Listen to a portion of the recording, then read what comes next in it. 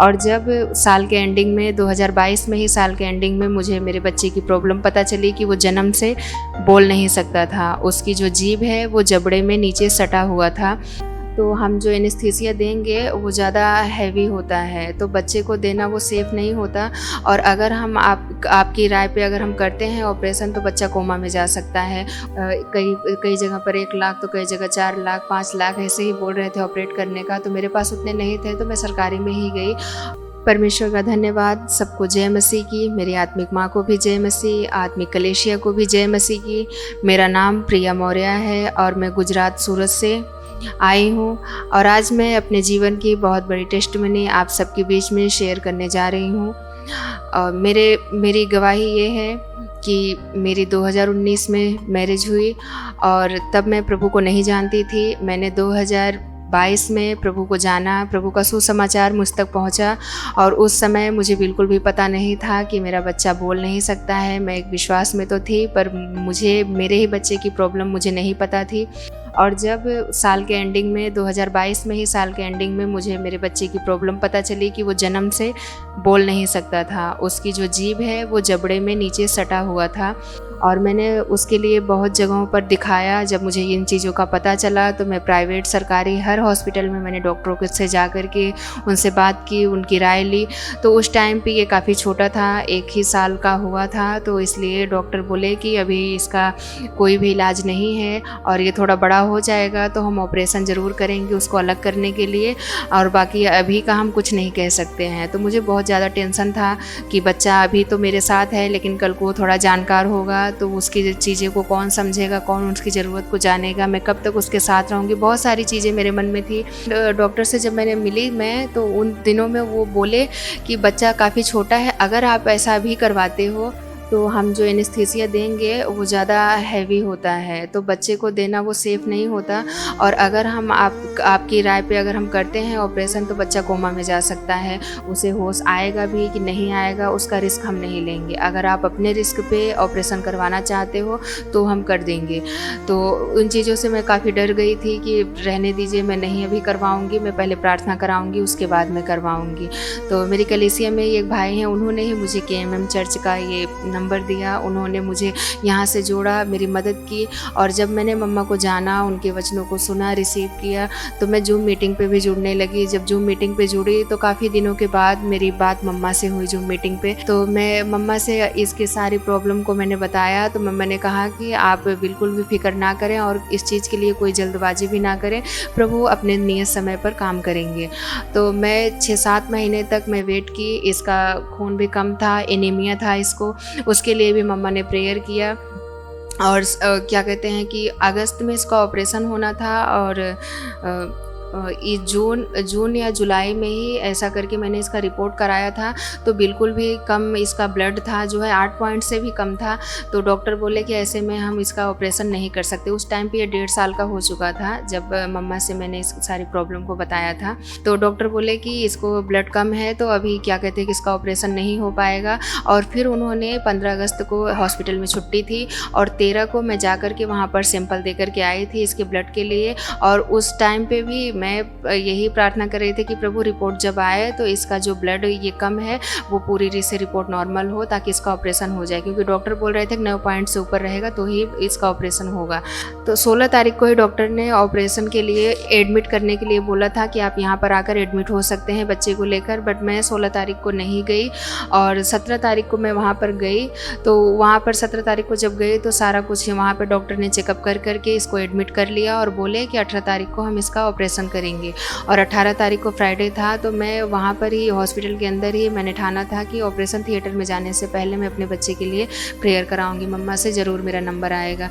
तो इन क्या कहते हैं कि मैं विश्वास के साथ रात को जब बैठी मैं जूम मीटिंग पे तो मम्मा ने मेरा नंबर लिया और सच में मेरा नाम उन्होंने लिया। और जब मुझे जूम पे लिया तो मैंने मम्मा से कहा कि मैं इन दिनों इस समय हॉस्पिटल में हूँ मम्मा जी, और मेरे बच्चे के लिए प्रार्थना कीजिए कि वो उसका ऑपरेशन होना है और सुबह 5 बजे ऑपरेशन के लिए तैयारी करनी थी डॉक्टर को। तो मम्मा ने कहा ठीक है हम प्रार्थना करते हैं और मम्मा ने उसी रात इसके लिए प्रार्थना किया। स्पिरिट हम प्रार्थना करते हैं परमेश्वर, आप डॉक्टरों के डॉक्टर हैं प्रभु पिता परमेश्वर, हर एक गूंगी आत्मा यीशु के नाम से इस बच्चे को छोड़ के जाए, in the name of Jesus. प्रभु यीशु के नाम से ये बोले, in the name of Jesus. प्रभु मैं प्रार्थना करती हूँ प्रभु, हर डिमोनिक पावर जिसने इसके मुंह को बंद किया है प्रभु, परमेश्वर इसकी बॉडी को छोड़े और निकले यीशु के नाम से पिता। प्रभु तेरी चंगाई इसके अंदर आए यीशु के सामर्थी नाम से प्रभु। तेरे स्वर्गदूत इसके सर्जरी करें परमेश्वर प्रभु, और डिवाइन हीलिंग इसके जीवन में एंटर करे यीशु के सामर्थी नाम से, आमीन। और बता रहे हैं कि जैसे ही प्रेयर हुई अगले दिन एचबी 9.10 ग्राम हुआ। हाँ। जैसे रिपोर्ट डॉक्टर ने देखी, डॉक्टर हैरान हो गया और डॉक्टर ने बोला कि अब मैं ऑपरेशन कर सकता हूँ।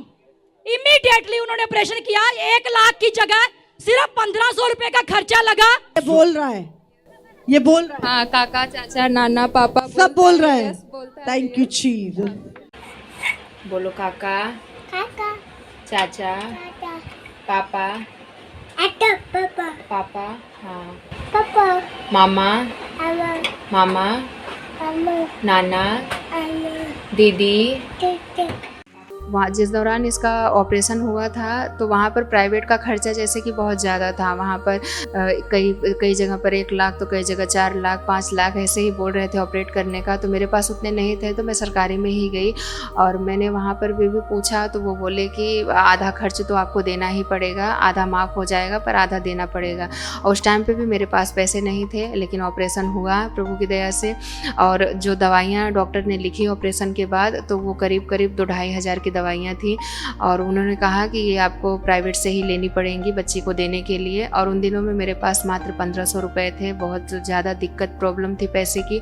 तो मैं प्रभु से यही प्रार्थना करती थी कि प्रभु मैं कैसे इन दवाइयों को मैनेज करूँगी, हॉस्पिटल का बिल उठाऊँगी। उस समय में भी प्रभु ने डिवाइन फेवर भेजा और क्या कहते हैं कि मेरे पास जो जितने पैसे थे उन दिनों में वो पैसे मेरे खर्च भी नहीं हुए। तो वो जो काका थे हॉस्पिटल के अंदर, उनके लिए मैं प्रभु का धन्यवाद करती हूँ कि वो कहाँ से थे कैसे थे मुझे नहीं पता। उस समय मैं आई थी घर पे पैसे लेने के लिए कि जो पैसे हैं मेरे पास जाऊँगी और वही से दवाइयाँ लेकर आऊँगी, फिर बिल का मैं बाद में देखूँगी। और जब मैं घर से पैसे लेकर के गई तो मेरे जाने से पहले इनके पापा इनको लेकर के बेड से घुमा रहे थे और जितनी भी दवाइयाँ थी जो जो इनको लगनी थी वो सारी दवाइयाँ मैं जब वहाँ पर गई हॉस्पिटल में तो बेड पे ही पड़े हुए मिले मुझे। तो मेरे आजू बाजू के जो पेशेंट थे तो मैंने उनसे पूछा कि ये दवाइयाँ किसकी हैं, तो बोले कि आपके बेड पे है तो आपकी ही हैं। तो मैंने कहा कि अभी तो मैंने दवाई ली ही नहीं है क्योंकि अभी पर्ची और पैसा तो अभी मैं घर से ही लेकर के आ रही हूँ, तो कैसे मैं अभी दवाइयाँ ये मेरी हो सकती हैं। तो बोले कि नहीं, एक काका आए थे उन्होंने दवाइयाँ रखी बेड पे और बोले कि इस बेड का बच्चा कहाँ पर है, तो वो बोले कि अभी नहीं है, वो बाहर बच्चे को टहला रहे हैं।